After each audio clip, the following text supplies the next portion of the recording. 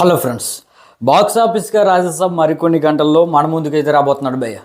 అయితే ఈ రాజసాబ్ మూవీకి అసలు స్టేట్ వైడ్గా ఎంతవరకు బిజినెస్ జరిగింది, వరల్డ్ వైడ్గా ఎంతవరకు బిజినెస్ జరిగింది, జరిగిన బిజినెస్ని బట్టి ఎంతవరకు గ్రాస్ అండ్ షేర్ వస్తే హిట్ లిస్ట్లోకి వెళ్తుంది, అసలు డే వన్ ఈ మూవీకి ఎంతవరకు రావచ్చు.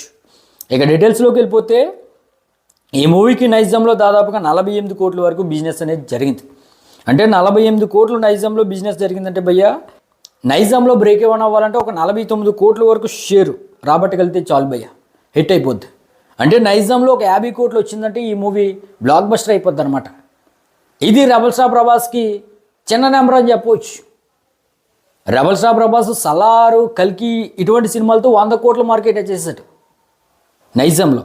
ఫైనల్గా నేను చెప్పేది ఏంటంటే భయ్య, రెబల్ స్టార్ ప్రభాస్కున్న క్రేజ్కి రేంజ్కి నైజాంలో 48 కోట్ల బిజినెస్ రాజసాబ్కి అనేది తక్కువ అని చెప్తాను భయ్య.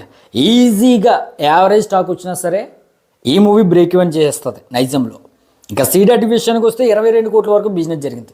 మరి సీడెడ్లో 22 కోట్లు అంటే రెబల్ స్టార్ ప్రభాస్కి తక్కువ అని చెప్పవచ్చు. సీడెడ్లో మార్కెట్ 50 కోట్ల వరకు ఉంది భయ్య, RRRకి 50 కోట్ల వరకు షేర్ అనేది వచ్చింది. మరి ఆ విధంగా చూసుకుంటే సీడెడ్లో కూడా టాక్ వచ్చిందా, ఈ పండగ అడ్వాంటేజ్ ఇవన్నీ చూసి కలిపి ఖచ్చితంగా సీడెడ్లో బ్రేక్ ఈవెన్ అయిపోద్ది.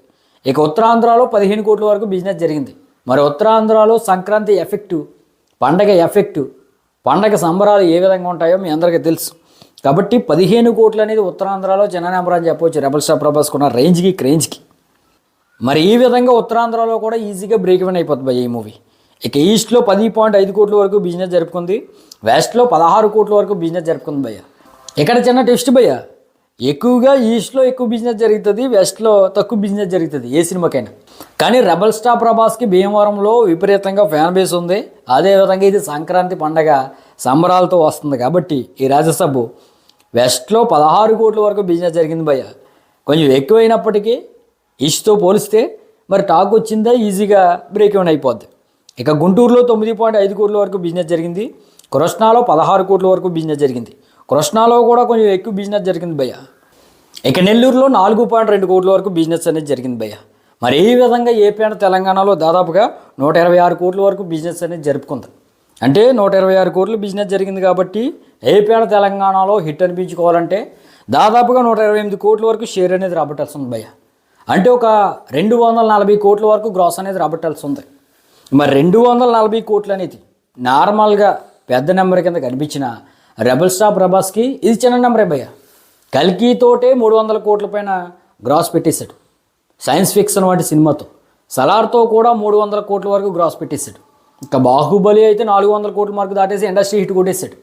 మరి ఆ విధంగా చూసుకుంటే ఈ రాజసాబ్కి 240 కోట్లు AP and Telangana break even target అనేది తక్కువ నెంబర్ కింద మనమైతే చెప్పవచ్చు భయ్య.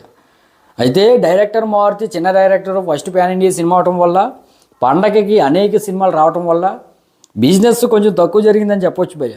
మంచిదే, బిజినెస్ తక్కువ జరగడం మంచిదే. యావరేజ్ స్టాక్ వచ్చినా కూడా ఈజీగా బ్రేక్ ఈవెన్ అయిపోయి ప్రభాస్ ఖాతాలో హిట్ అయితే పడిపోద్ది అనమాట. ఇక కర్ణాటక అండ్ రెస్ట్ ఆఫ్ ఇండియాలో దాదాపుగా 16 కోట్ల వరకు బిజినెస్ జరుపుకుంది. కర్ణాటక అండ్ రెస్ట్ ఆఫ్ ఇండియాలో కూడా రీజనబుల్గా తక్కువగానే బిజినెస్ జరిగింది భయ్య. ఏమాత్రం టాక్ వచ్చినా ఈజీగా అచీవ్ అయిపోద్ది.